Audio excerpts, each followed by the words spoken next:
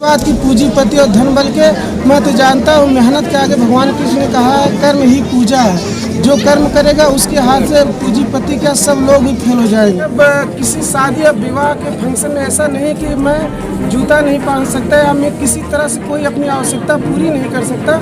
मैं अपनी सब आवश्यकता को पूरी कर सकता हूँ। मेरे इतने साथी हैं, मेरे इतने लोग हैं, मेरे इतने फुलवतन भैया जी, मैं सब लोग मेरी कहीं न कहीं सहायता करते हैं। इसलिए वो जिन्हों को भी उन्होंने समाजवादी पार्टी निजामाबाद का प्रत्याशी बनाया है, निश्चित तौर में अपने कार्यकर्ताओं से, अपने साथियों से अपील करता हूं कि संविधान और लोकतंत्र की बचाने की लड़ाई में आप राष्ट्रीय अध्यक्ष जी श्री अखिलेश यादव के साथ रहिए।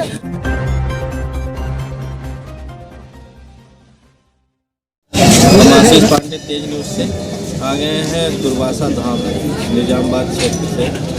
यहाँ पे है एक समाज सेवी, क्या यहाँ क्षेत्र के लदौरा के महाप्रधान प्रतिनिधि है कि प्रधान महाप्रधान है भाई, महाप्रधान है, जिला पंचायत सदस्य दूसरी बार है। इनसे आइए जानते हैं यह राजनीति में कब से है और आगे इनका क्या है कि राजनीति में कहाँ तक का सफर तय करेंगे। चलिए अपना परिचय देते हुए बताइए। मेरा नाम हरकेश कुमार यादव है। मैं 2007 से लगातार राजनीति कर रहा हूँ। पहले मैं 13 डिग्री कॉलेज स्टूडेंट यूनियन का चुनाव लड़ा, लेकिन संजोग से चुनाव नहीं हो पाया। उसके बाद 2012 में मैं सिविल कॉलेज छात्र संघ से चुनाव लड़ा और वहाँ मैं सिविल कॉलेज का रनर प्रेसिडेंट रहा। उसके बाद 2013 में जस्टिस जेस लिंग 2 कमेटी के तहत मेरे पर्चे को खारिज कर दिया जाता है। उसके बाद 2014 में मैं अपनी बहन शीला यादव को चुनाव लड़वाता हूँ, उन्हें सिविल कॉलेज छात्र संघ का अध्यक्ष बनाता हूँ और अध्यक्ष बना करके मैं पुनः उसके बाद आ करके अपने क्षेत्र में उतरता हूँ। मेरे लदौरा क्षेत्र की जनता मुझे अपने सर आँखों पे बिठाती है और मेरी माँ को जिला पंचायत का सदस्य बनाती है।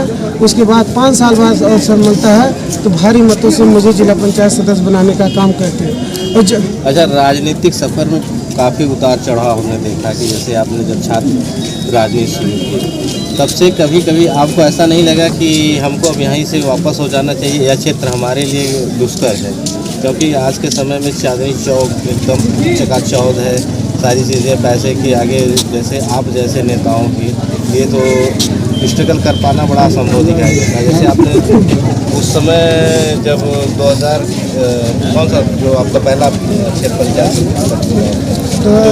जिला पंचायत 2015 में ऐसे कैंडिडेट थे जिसके सामने आप एक कैंडिडेट ही करते थे, ऐसा मुझे लगता है। उस समय से लेकर आज समय तक आप स्ट्रगल किए, लेकिन जनता ने जो स्नेह, जो आपका त्याग, जो आपका कार्य रहा उसकी सराहना करते हुए आपको दोबारा महाप्रधान बनाया। तो क्या ये यहीं तक है कि आगे भी आपकी योजनाएँ योजनाबद्ध तरीके से कार्य करें, इसमें क्या है? देखिए, मैं योजनाबद्ध तरीके से निश्चित तौर पे जनता की सेवा कर रहा हूँ और जनता निश्चित तौर पे मेरे ऊपर लोड भी लेती है, मुझे बहुत मानती है, वो अपना बेटा मुझे समझती है।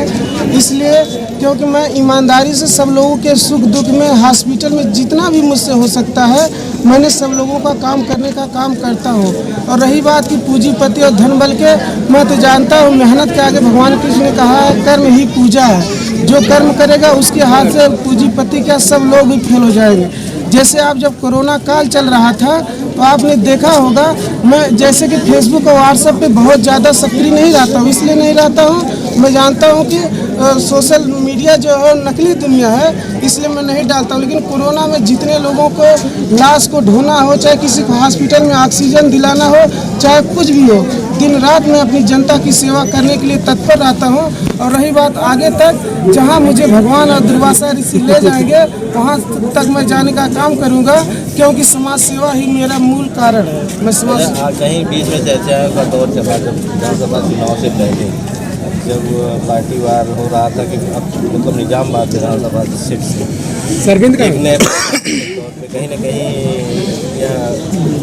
लोगों की मंशा थी कि ऐसे ही मनगढ़ंत कहानियाँ लोग कह रहे थे या किसी के द्वारा मुझे भी सुनने में आया कि आप विधानसभा की तैयारी करते हैं निजामाबाद से, ऐसा कुछ सही है कि हवाई नहीं? हवाई नहीं है। निश्चित तौर पर मैंने निजामाबाद से अपनी दावेदारी समाजवादी पार्टी से किया था और लेकिन मुझे टिकट नहीं मिला। मेरे जितने भी कार्यकर्ता थे सभी लोग मेरा साथ दिए और टिकट मिला, लेकिन मैं उनका बहुत बहुत आभार प्रकट करता हूँ, मैं उनको धन्यवाद देना चाहता हूँ। लेकिन जहाँ एक तरफ लोकतंत्र और संविधान खतरे पे है, जहाँ नौजवानों को रोजगार नहीं मिल रहा है, जहाँ पे किसानों की समस्याएं लगातार बढ़ती जा रही हैं, जहाँ पे नौजवान आत्महत्या करने को मजबूर है, जहाँ पे आप देख रहे हैं छात्रों और नौजवानों के सवालों को दफन कर दिया जा रहा हो, जहाँ पे महिलाएं सुरक्षित नहीं है, तो वहाँ पे मैं सोचता हूँ यहाँ पे चुनाव मेरे लड़ने का कोई बहुत औचित्य नहीं रह जाता है। मैं इसलिए जो भी समाजवादी पार्टी के राष्ट्रीय अध्यक्ष श्री अखिलेश यादव जी ने फैसला किया है,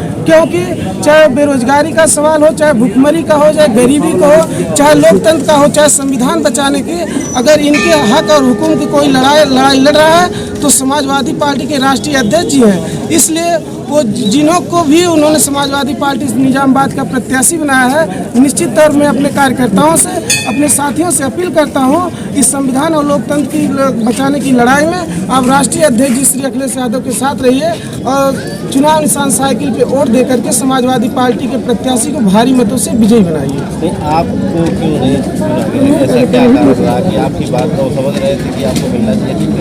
कभी दावेदारी तो आपको हुई, लेकिन वहाँ तक दावेदारी 80% नहीं हो पाया कि आपका फीडबैक अच्छा नहीं था, क्या किन कारणों से आपको नहीं हो पाता? देखिए कि फीडबैक मेरा अच्छा था कि नहीं था, मैं कहने अगर मेरे राष्ट्रीय अध्यक्ष जी में देखने में अगर मुझमें कोई कमी रही होगी, और निश्चित तौर पे जो यहाँ का मैंने यहाँ के प्रत्याशी निजामाबाद के आलम बदी साहब, कहीं ना कहीं मैं देखता हूँ, मैं एक इंटरव्यू सुन रहा था तो उसमें दिया था कि कोई ऐसा प्रत्याशी या ऐसा नेता नहीं होना चाहिए कि जो आपके थाने पे पैरवी करे, ऐसा प्रत्याशी होना चाहिए जो थाने पे मैंने केस को जाने ही नहीं दे, जो समाज के बीच में हल करा दे। उसमें अगर कहीं राष्ट्रीय अध्यक्ष जी ने मुझसे बेहतर अगर आलम बदी साहब को समझा तो मैं आलम बदी साहब के साथ हूँ, क्योंकि वो ईमानदारी और सादगी के प्रतीक है। और आलम बदी जैसे लोगों को ही देख करके हम लोग आजमगढ़ के अंदर राजनीति करते हैं। कहाँ कि धन और बाहुबल उनके पास भी नहीं है, इसलिए हम उनके सादगी और ईमानदारी को कायल है। अगर उनको टिकट दिया, हम सोचते इस बार नहीं तो अगली बार तो मिलेगा ही जब अवसर आएगा। जैसे जिला पंचायत सदस्य दूसरी बार लेकिन आप अभी भी उसी तरह से जैसे पहले थे उसी तरह से चल रहे हैं, कहीं से कोई लगता कोई लालच किसी भी तरह का बनावटबाजी ऐसा अभी मन में क्यों नहीं आ रहा ख्याल? कहीं से अवसर नहीं मिल रहा है कि आपकी यही शान है कि आप इसी तरह से रहना, जीवन सादगी का जीवन व्यतीत करना चाहिए? देखिए मैं जब किसी शादी या विवाह के फंक्शन में ऐसा नहीं कि मैं जूता नहीं पहन सकता या मैं किसी तरह से कोई अपनी आवश्यकता पूरी नहीं कर सकता, मैं अपनी सब आवश्यकता को पूरी कर सकता हूँ।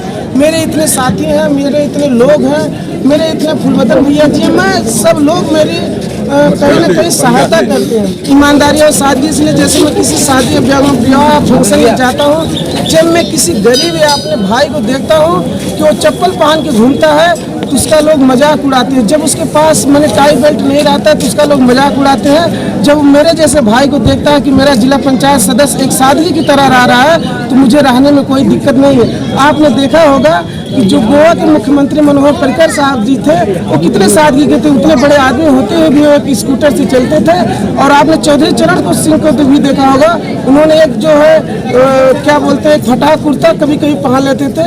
आपने APJ अब्दुल कलाम साहब को भी देखा होगा, अपने 2 कोट और पैंट टाई से पूरा जीवन व्यतीत कर दिए। इसलिए मैं सादगी और ईमानदारी को कभी भूलना नहीं चाहता हूँ, क्योंकि यही मेरे राजनीति का मुख्य उद्देश्य है। और भी कुछ बताना चाहते हैं लोगों को, संदेश देना चाहते हैं?